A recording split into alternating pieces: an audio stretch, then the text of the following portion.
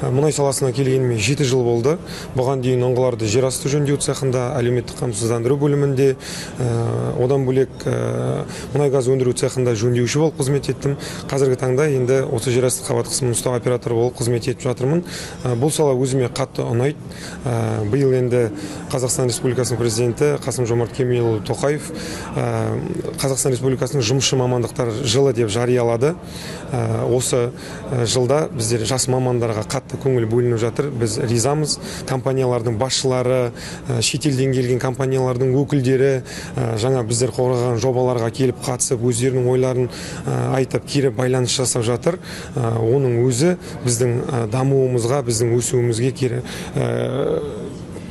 өте күшті әсерін тигізеді. Жалпы мұнайдың шығару процесін толық түсіндіретін, циклды көрсететін керемет жоба ұсындық.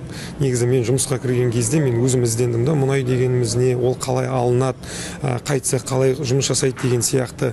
Ал егер қазіргі жас мамандар жұмысқа кірген кезге оларға дайын бір жоба ұсынылып тұрса, мұнайдың қалай шығарылады, ПП-да не істейді, пресс қандай жұмыспен айналысады, ППН қандай жұмыспен айналысады, ГЗУ дегеніміз не, соның барлығын көрсететін жалпы бір жоба ұсындық. Ол жобаны оқыған жас маман жалпы мұнайдың алыну жөнінде жалпы түсінігі қалыптасады.